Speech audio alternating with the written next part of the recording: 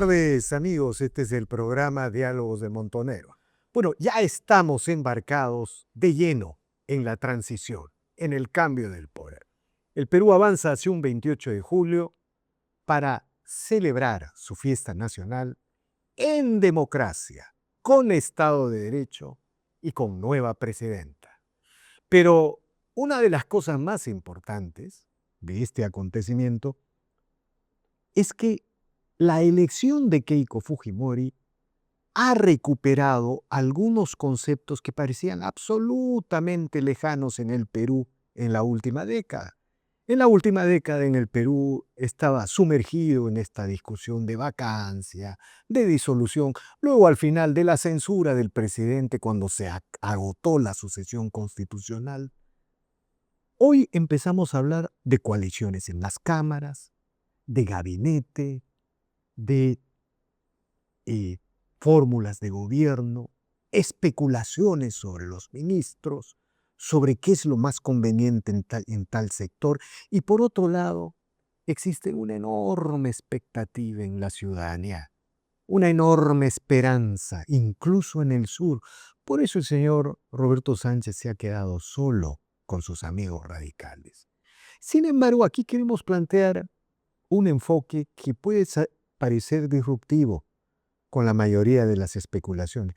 Nosotros creemos que la presidenta Keiko Fujimori en sus primeros días va a plantear un contraste de ruptura con lo que ha sucedido en la última década. Vamos a ver a una presidenta enfocada cada día, cada madrugada en resolver los problemas de las devastaciones del Niño, los problemas de la ola criminal. Vamos a ver a una presidenta acompañando las fuerzas de seguridad. Bueno, va a ser un cambio muy significativo con respecto al pasado. Y creemos que eso le puede otorgar una gran popularidad o en todo caso una importante popularidad. Así que quienes hablan del luna de hiel tienen que matizar con esta posibilidad, sus análisis con esta posibilidad, y eso le puede dar un enorme oxígeno en el inicio de su gobierno, sobre todo para plantear políticas de mediano y largo plazo. Bueno, para reflexionar sobre estos temas, el día de hoy hemos convocado a nuestro amigo Román Sendoya, periodista, consultor español, quien durante la primera y la segunda vuelta nos ha acompañado casi semanalmente. Buenas tardes, Román, gracias por la conversación. Nada, buenas tardes una vez más por invitarme aquí al Montonero. No, gracias a ti, Román. Enorme optimismo, esperanza en el país. Bueno, vamos a ver, hay ilusión. Ajá. Y lo que pasa es que eso es una responsabilidad enorme para Keiko Fujimori y para su gobierno, que es dar satisfacción a esa ilusión nacional, ¿no? Yo sí creo que el gobierno de Keiko Fujimori desde su inicio va a ser, digamos, un shock de gobierno, ¿no? Es decir, un contraste absoluto con la realidad de desgobierno en la que vivimos y del absurdo que ha sufrido el Perú, realmente en decadencia continua, desde el gobierno de Alan García II, que es donde el Perú también tuvo un gobierno.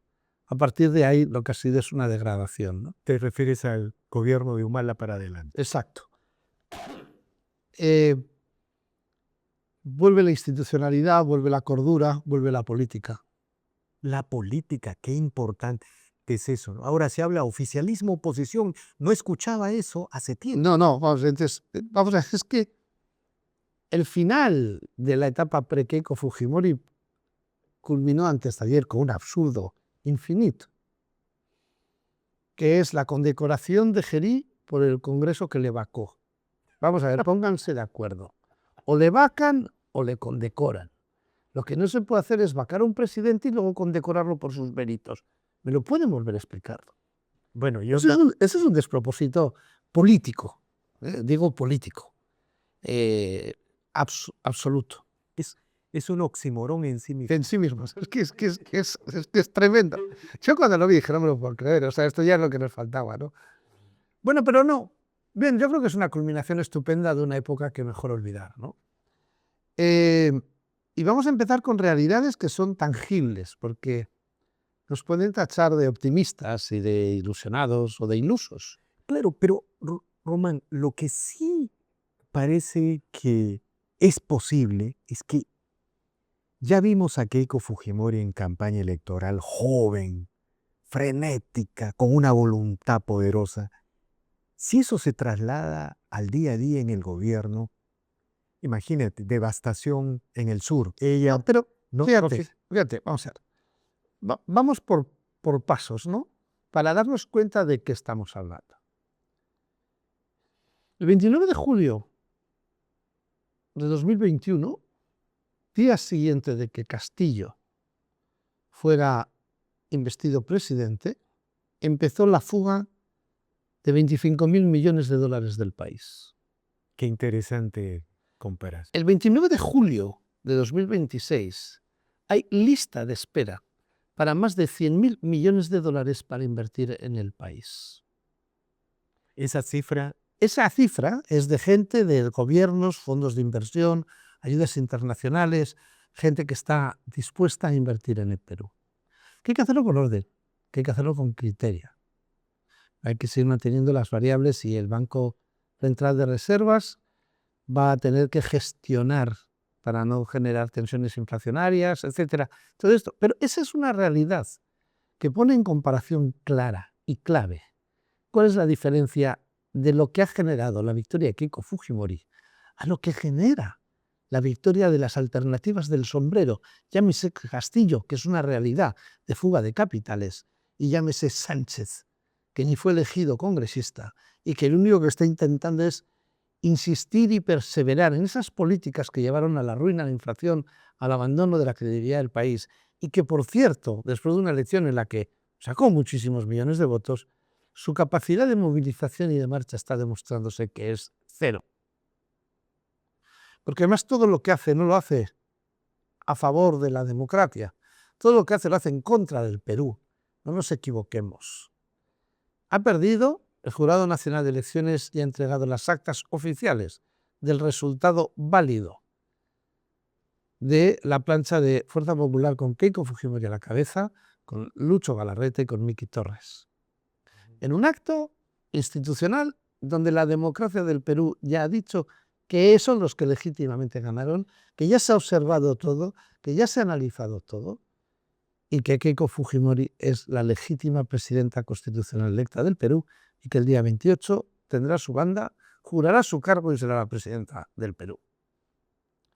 Pero claro, es importante el que todos hagan su papel. El gobierno gobernando, la oposición haciendo oposición, pero haciendo legítima y leal oposición. eso ya que tocas el tema de la oposición, recuerdo que en la última conversación que tuvimos precisamente subrayaste que, bueno, los principales líderes opositores no habían visitado a Keiko Fujimori. Ya los han visitado. Días después se anunció que Rafael López Aliaga la visitaba. Bueno, y ahora Nieto también, más allá de que esté pidiendo el indulto a Bueno, Castillo. bien, pero vamos a ver, la legitimidad de pedir, eso de que tienes legitimidad, también tienes el derecho de no dar. Claro. Unos piden y otros dan, o no dan. Pero tampoco hay que condicionar nada a nada. Algunos lo condicionan, allá ellos. Pero lo que es importante es que por el retraso debido de todo el proceso, por la situación galopante que estamos viendo en la temperatura del mar, en los grados de variación que está habiendo, las necesidades para afrontar la prevención del meganiño que vamos a tener son muy grandes y eso necesita de poderes especiales para ser dinámico y rápido haciendo esas cosas. Y necesitas una serie de... El Congreso. Eso es el Congreso que tiene que trabajar de manera coordinada. Pero además de una manera en la que a mí me hace mucha gracia, dice, el sur no le va a reconocer. Todos los alcaldes del sur ya se han reunido con Keiko Fujimori para trabajar legal y lealmente el gobierno central con los municipios para prevenir y para trabajar conjuntamente. Esa ilusión de trabajo pro país a mí me parece muy importante.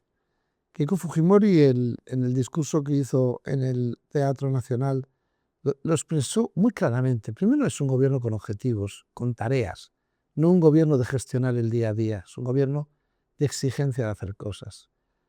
Y es un gobierno para todos los peruanos. Y es un gobierno en el que quiere que el resultado del desarrollo económico no sea una cifra de PIB, sino que quiere que sea una realidad tangible, vivible por los ciudadanos del Perú. Digamos, enfrentar las cuestiones de emergencia, como tú correctamente has señalado, requiere de facultades especiales del Congreso. Y seguramente no solamente en el tema del niño, también en el tema de la ola criminal, seguramente. Ahora, pero antes de eso requiere coaliciones, mayorías en las cámaras. Eso requiere política, eso requiere diálogo, eso requiere conversaciones y eso requiere de responsabilidad política. Dar facultades extraordinarias no es dar un cheque en blanco, es dar facultades extraordinarias de las que hay que rendir cuentas y de las que hay que llevar los resultados al Congreso. De ahí es donde luego, una vez dadas las facultades extraordinarias, si no se utilizan bien y si no se hacen bien, con mayor legitimidad todavía la oposición podrá criticar las acciones de gobierno. Y por otro lado, si se utilizan bien y sirven para salvar municipios, vidas, casas, bienes, infraestructuras, esa oposición también se podrá apuntar la medalla de que ellos fueron partícipes de esas facultades extraordinarias.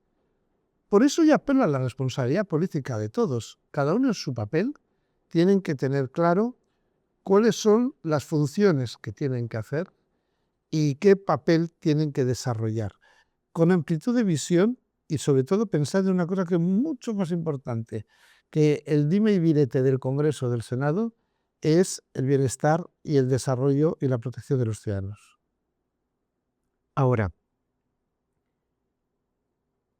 a mí no me cabe la menor duda que a Keiko le puede ir bien en las cuestiones de emergencia. O sea, porque el contraste entre el abandono del Estado, la voluntad de cambiar y los resultados que pueda lograr van a generar un saldo positivo para ella. Yo, paradójicamente, en la especulación veo más bien los grandes problemas en el mediano y largo plazo. Por ejemplo, el agua potable para el Perú. 3.5 millones de peruanos sin agua potable. Aquí, Víctor Andrés García Belaúnde suele hablar de un plan Marshall para el sur. Pero ¿cuál es el problema? La regionalización. ¿Cómo se enfrenta eso con la variable de dos cámaras legislativas, de en las relaciones oficialismo-oposición? Bueno, con un trabajo conjunto, con un liderazgo del gobierno central, en coordinación con los gobiernos regionales, que allá ellos, si no quieren sumarse al desarrollo y quieren frenarlo, con unas modificaciones legales en el que los gobiernos regionales también tengan obligaciones y topes de cumplimiento, de tal manera que en caso de su ineficacia y su ineficiencia y su falta de saber hacer para desarrollar a los ciudadanos, pues puedan ir perdiendo facultades políticas o puedan ir perdiendo presupuesto malgastado o no gastado en las funciones para las que están diseñadas, ¿no? Yo creo que volvemos a hablar de lo mismo, de hacer política, una cosa que lleva sin hacerse demasiados años en el Perú. Yo sí creo que Keiko Fujimori no tiene 100 días de gracia, ni mucho menos. Sobre ella siempre hay una súper exigencia de supervisión muy, muy superior a la que se le exige a cualquier otro político del país. Hemos visto siempre, y eso, habiendo ganado las elecciones, va a continuar. Los frustrados del fracaso de su vida orientada, que nunca Keiko Fujimori fuera presidenta, siguen ahí, R que R, diciendo que no, que no, que no, no, cuando ya es sí, y van a seguir haciendo una desleal crítica porque ya empieza a ser obsesión y un problema de Ministerio de Salud Mental mucho más que análisis político. Pero bueno, eso va a haber que convivir con ellos. Y luego lo que hay que hacer es poner en marcha las grandes medidas que se prometieron en la campaña, que empiezan con una cosa fundamental, que es la seguridad. La campaña ha sido la fuerza del orden, pero el orden no como fin, el orden como medio para el desarrollo económico, para el desarrollo social, para el desarrollo de las políticas infraestructuras para el desarrollo del país. Cuanto antes se consiga el restablecimiento y puesta en marcha del orden, la credibilidad de la seguridad, que eso es una garantía para los inversores y para los ciudadanos, antes empezará el ciclo de desarrollo económico, de reducción de la brecha de la pobreza y del desarrollo de las infraestructuras básicas de las que se habla. Además, Keiko Fujimori en eso sí que lo tiene clarísimo, los distintos niveles de necesidad y de urgencia de la población y su compromiso con las clases más necesitadas en ese, digamos, centro-derecha populista y en esa economía social que recoge la Constitución que escribió su padre, la economía social de mercado, tiene clarísimo que el agua, la luz, las escuelas y las postas médicas, que son los que a la persona le hacen persona y le devuelven la dignidad de individuo y ciudadano, son las prioridades que tiene junto con la seguridad el desarrollo del país. ¿Tú no sientes que, por ejemplo, en el tema de las reformas económicas, la macroeconomía, las cosas están absolutamente claras en el gobierno, pero en cuanto al tema del niño, la ola criminal y la relación con el sur o con las regiones, el agua potable, hay más bien una lucha política enorme que dar? Algo de eso. Bueno, lo que pasa es que no es una lucha enorme política que dar, lo que hay que hacer es hacerlo. La persona que más miles de kilómetros política ha hecho por el país es Keiko Fujimori. La persona que sabe que va a gobernar no desde la Plaza de Armas, desde el Palacio, sino que va a gobernar desde el terreno es Keiko Fujimori. Su compromiso a estar pateando el norte, el sur, el centro, la selva, la sierra, es el de Keiko Fujimori. Precisamente porque estando ahí es como más fácil llega el agua, la luz, la educación y la sanidad.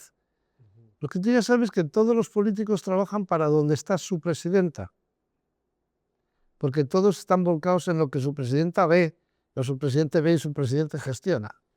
Y eso es una dinamización enorme. Y luego, que es que por fin, de cara a integrar al Perú y de eliminar las diferencias, la mejor forma de hacerlo es haciendo una cosa que lleva sin sufrir la gente o sin disfrutar más que sufrir la gente durante los últimos 25 años, que es ver a su presidente en su territorio. Y no de paseo, y no de turismo, sino trabajando con la gente. ¿Cómo estás contemplando ya la oposición que se empieza a configurar o las relaciones oficialismo-oposición? Bueno, todos los líderes, exceptuando López Chao y los más radicales, no han visitado a Keiko Fujimori. Es una imagen muy reveladora. Pero por otro lado, cuando uno escucha al señor Nieto, más allá de las buenas maneras, los buenos gestos democráticos, pareciera que él tuviera una estrategia. Bueno, ha pedido que las cámaras estén en la oposición, la conducción de las cámaras, ¿no? Está reivindicando su cuota de poder. Vamos a ver, si las cámaras están en la oposición, una posición que está unida no por vínculos políticos, sino por rechazo a la voluntad ciudadana. Es que hay que pensarlo así. Es que la unión de todos contra la mayoría, porque Keiko Fujimori tiene la mayoría, y es más, en la primera vuelta, el grupo parlamentario más grande del Congreso es el de Fuerza Popular. El grupo más grande del Senado es el de Fuerza Popular. ¿Los demás en qué se unen? En el odio de la mayoría. Ustedes verán cómo se conducen políticamente. Si de verdad llevan a hechos sus dichos, en el que luego se unen, se desunen, van todos juntos, luego uno se baja porque dice que van terroristas, los otros se van porque están en Tauromala, Tauromala se va porque dice que son laxos. Tienen un galimatías horrible, nunca pensando en los ciudadanos, nunca pensando en qué políticas van a hacer, siempre pensando en su beneficio político personal. Allá ellos. Porque mucho más pronto de lo que piensan, además de que hay elecciones municipales, hay elecciones regionales, mucho más pronto de lo que piensan, nos veremos en la campaña de 2031. Efectivamente. Ahora, Y ahí es donde la tumba política de todos estos movimientos inconsistentes que solo tienen como sustentación al personaje, nunca la ideología ni el proyecto país, nunca. Que ya sabemos hasta dónde llega su medida, que es Sánchez no llegar a ser congresista porque no le votaron ni los suyos, y los otros son creaciones artificiosas de industrias del poder que hay detrás, de bambalinas y de medios de comunicación y de lobbies de presión. Pues si la gente empieza a valorar lo que es tener un gobierno y lo que es tener políticas, porque lo recibe, porque se da cuenta, porque les beneficia, porque el país crece y porque ese crecimiento llega a la ciudadanía, pues su futuro es muy negro. Y yo creo que es el momento de que te empiecen a tomar conciencia de cuál es su papel en la ¿cuál política. crees las elecciones subnacionales? Las elecciones regionales están de acá a una semana. No, por eso ya son. ¿Cuál es, qué, qué efecto crees que vaya a tener en el curso en la situación política, en el corto, en el mediano, largo plazo? Nada. Parecen unas elecciones intrascendentes porque no van a revelar todavía los grandes cambios, no, muy fragmentadas, no locales. Van a ser unas dinámicas muy locales y muy vinculadas a los personajes locales. No tiene ni la trascendencia ni el peso político que solían tener las elecciones. ¿Por qué? Porque el peso político del liderazgo del gobierno de Keiko Fujimori está tapando todo lo demás. Es como, ¿qué más da? Ya tenemos un gobierno nacional que merezca la pena y que haga las cosas. Ya tenemos un gobierno nacional que ilusiona. Ya tenemos un gobierno nacional que puede abrirnos una nueva etapa, que es una enorme responsabilidad para el nuevo gobierno nacional. Pero esa es una realidad. O sea, tú ves las dinámicas de la presencia en medios de las elecciones regionales y al que Es nula, nada, ninguna. casi Es intrascendente. No tienen peso. Bueno, pues eso tiene que hacer pensar mucho a las fuerzas políticas y a los políticos de por qué es eso, ¿no? Claro, las elecciones subnacionales se han balcanizado incluso electoralmente. El sistema electoral fomenta la balcanización. Pero quisiera plantearte un tema final de este interesante diálogo, estimado Román. En toda esta etapa en la que Keiko se dispone a asumir la presidencia, bueno, han continuado las viejas narrativas, ¿ya? Las viejas narrativas, sobre todo una visión distorsionada de la memoria, ¿ya? La hija del dictador, ¿no es cierto? Y otro tipo de relatos que tienen que ver con el informe de la Comisión de la Verdad, con los sucesos post-golpe fallido de Pedro Castillo. Yo quiero preguntarte, ¿cuál es el papel de la memoria, la lucha por, digamos, es un bien intangible, ¿no es cierto?, que no se mide en lucha contra la ola criminal, en enfrentar el fenómeno del niño, pero que tiene un enorme efecto en la política, la ha tenido. ¿Cuál es el papel de la lucha por la memoria, por una memoria diferente, ahora que el pueblo le ha dado la espalda a las memorias? Vamos a ver, los relatores de las memorias Bamba van a seguir contando su cuento, pero no es historia, es cuento. Los organismos truchos organizados por las izquierdas, o sea, convertir que Naciones Unidas ha dictaminado que hay que dar el... Oiga, mire, no. O sea, un despacho de la Suplanta 47 de 4 del sótano, caviares, montados allí, han dado una opinión que ni es vinculante, ni tiene peso, ni tiene nada. O sea, vamos, que no. Dejen de molestarse en intentar contar una realidad que el ciudadano no la ve.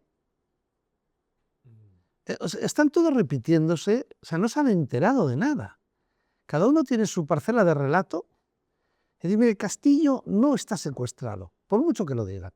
Es más, le importa tan poco al pueblo que no ha tenido el resultado que esperaba, no hay marchas y no hay nada. No hay, las marchas son rarísimas. Nada.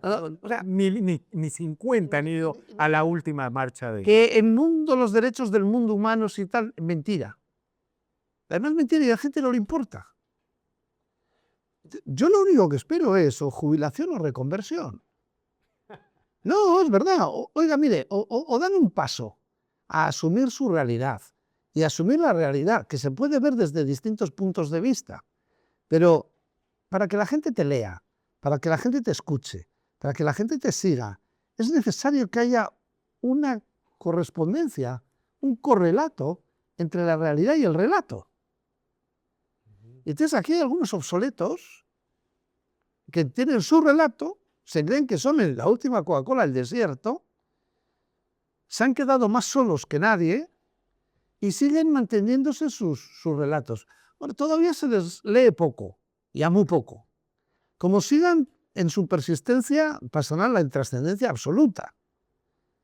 Y lo único que hay que hacer es decir, bueno, vale, bien, chicos, pues ¿qué le vamos a hacer? ¿No tenía razón? Keiko Fujimori fue presidenta, el país tiene ganas de prosperar, no de vivir anclado en una memoria de unas 600.000 esterilizaciones que no hubo, de unos muertos que no fueron así, el terrorismo era terrorismo y no eran libertadores de las clases oprimidas que buscaban sus espacios. No, los corruptos son corruptos, los ladrones son ladrones, y los que han fracasado en la política, pues han fracasado en la política. Y la gente está en un plano de realidad, con ilusión, en el que no están los relatores de la memoria bamba.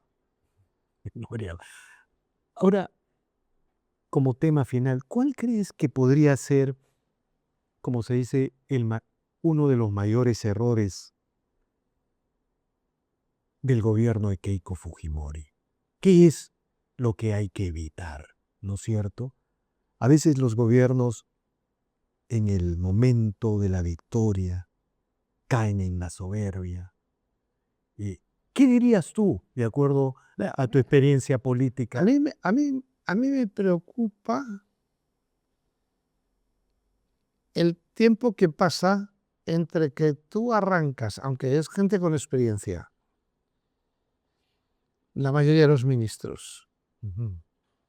¿Cuánto tiempo te cuesta que la administración, Que además ha sido destrozada. destrozada en la infantiásica, con unas tramitologías absurdas, cuánto es el tiempo que tardas en poner la administración al ritmo de la voluntad política del gobierno? O si quieres, en movimiento. Sí, no, bueno, los grandes petroleros, para que giren dentro de 30 millas, tienen que empezar a girar aquí. Y a las 30 millas giran. El cambio de administración, el cambio de tramitología, el que no haya miedo por los funcionarios a firmar papeles, el para evitar la corrupción individual, hacer ingeniería informática de inteligencia artificial, que muchos de los trámites estén automatizados, para que eso lleva un tiempo de implementación y de instalación y de integrarlo en la operativa ciudadana, ¿no? Ese tiempo es importante. Y hay una cosa que yo espero que no cometan el error, que es, hay tanto ímpetu por hacer, Voluntarismo. hay tantas ganas de hacer cosas que se les olvida una cosa que es fundamental en política, que es contarlas. Comunicarlas. Sí. Hay que dedicar mucho tiempo a hacer, pero hay que dedicar tiempo a explicar bien lo que se está haciendo. Porque en la política todo eso hecho y no contado opera como no hecho. En la política todo lo bien hecho y mal contado opera como mal hecho. Y a veces incluso lo mal hecho pero bien contado cuela. Yo ese último escenario lo quitaría. A mí me preocupa. ¿Por qué? Porque los relatores de la memoria bamba están esperando para contar cosas que no están pasando. No, mira esta tontería del pacto mafioso y de las leyes pro crimen. Ahí siguen. O sea, no hubo respuesta y se convirtió en un estribillo. Sí, no, ahí siguen. Además es muy gracioso porque Es más, las sigue denunciando un tal Sánchez que las votó a favor. Que volvemos al principio de la entrevista, ¿no? Pero ¿qué vas a esperar de unos señores que vacan al presidente de la República, que son los congresistas, y luego un mes más tarde lo condecoran por sus méritos? Por favor, por favor. O sea, políticos, ya vale, esos ya no están en el Congreso. Nuevos políticos empiecen a hacer política. Trovadores de la realidad, compañeros periodistas, compañeros analistas, compañeros opinadores. Por favor, sobre la realidad, no sobre sus fobias, filias, sus miserias y sus angustias. Pero qué interesante, ¿no? No solo hay que hacer, sino que hay que contar la historia. Claro, porque hoy no vivimos en la identidad, hoy vivimos en la percepción. Porque ahora, efectivamente, un TikTok te puede variar. Hoy no vivimos en la identidad, vivimos en la percepción. Y la gente tiene que notarlo y luego hay que contárselo. Lo hemos hecho en la primera vuelta. Efectivamente. Presentamos una nueva Keiko. Presentamos una nueva Keiko porque Keiko había madurado y Keiko había evolucionado. Pero hubo que contarlo muchas veces. Oiga, a que la ve distinta, a que la ve más sólida, a que la ve más elevada, a que la ve más madura, a que la ve más abierta, sí. Es la nueva Keiko. Para romper el relato de la Keiko que nunca ganaba. Y el resultado de contar lo que se estaba viendo y transmitirlo y generar la percepción, el resultado es que ha ganado. El resultado es que el supuesto 70 antivoto de Keiko, que algunos siguen hablando de él, cuando va a ganar las elecciones con el 50,1, pues ya no existe. Porque además de hacerlo, hay que contarlo. Y hay que contarlo bien. La gente no solo come pan, hechos, sucesos, sino relatos. Claro. Bueno, esa es la gran conclusión en este mundo moderno. Bueno, Román, te agradezco infinitamente por esta conversación. Por aquí seguiremos. Ojalá, si es posible, seguir conversando cada día porque, digamos, vienen los 100 días que estremecieron al Perú. ¿Te acuerdas de esa? Sí, pero no van a venir 100, con Keiko son 20. Yo creo que como peruanos sí que sentirse muy orgullosos de la presencia internacional que va a tener la toma de posesión de Keiko Fujimori. Viene Marco Rubio, si no me equivoco. Bueno, viene muchísima gente de muchos países, delegaciones muy importantes y delegaciones extranjeras que van a venir a la toma de posesión. Como que el Perú recupera su grandeza pasada. Y además el otro día se hizo en Madrid se celebró la Convención de Libertas, que es la de Europa, la Unión Europea con Hispanoamérica. La presencia de Keiko Fujimori fue porque coincidía con el día de la acreditación por vídeo. Pero el Perú llamó la atención porque adquirió un protagonismo en el relato en el que dijo, esto siempre ha pasado en el Atlántico, la Unión Europa-Hispanoamérica, porque el centro del mundo estaba en el Atlántico. Hoy el centro del mundo está en el Pacífico. Así es. Y el papel del Perú en el Pacífico es central. Es central. Y es donde Europa, a través del Perú y de Hispanoamérica y toda la parte latina, podemos hacer muchísimo para trasladar al mar y a la economía del Pacífico, que es donde se está jugando el mundo, todo lo que es Europa y todo lo que representan esos valores. Y yo creo que es un discurso de liderazgo internacional importantísimo en el que vamos a ver a una presidenta del Perú que vuelve a recuperar los viajes internacionales, que vuelve a estar en las cumbres, que vuelve a tener un protagonismo y no es el de Keiko Fujimori, es el del Perú. Y la institución presidencial vuelve a ser esa magistratura que nunca debió. Exacto. Bueno, Román, feliz 28 de julio, pues ¿te nacionalizarás peruano o no? Sí. Ahora sí. Vamos a ver. Si hubiera dado Sánchez, no. Y grabaríamos desde Madrid como siempre, como hacíamos antes. Pero yo tengo mi ilusión, desde hace muchos años, que es ser peruano. Pero dar ese paso de adquirir la nacionalidad de otro país tenía que ser, que mereciera la pena que el país, para mí son 30 años en este país, tuviera también un futuro y yo hubiera una ilusión con este país, ¿no? Y en este momento, como tantos peruanos, que yo todavía no lo soy peruño, pero espero pronto poder decir que soy peruano, además de español, por supuesto. No se pierde el No sé, no hay doble nacional, doble nacional. por eso, no es traumático. Así es. Es todo lo contrario, es enriquecedor.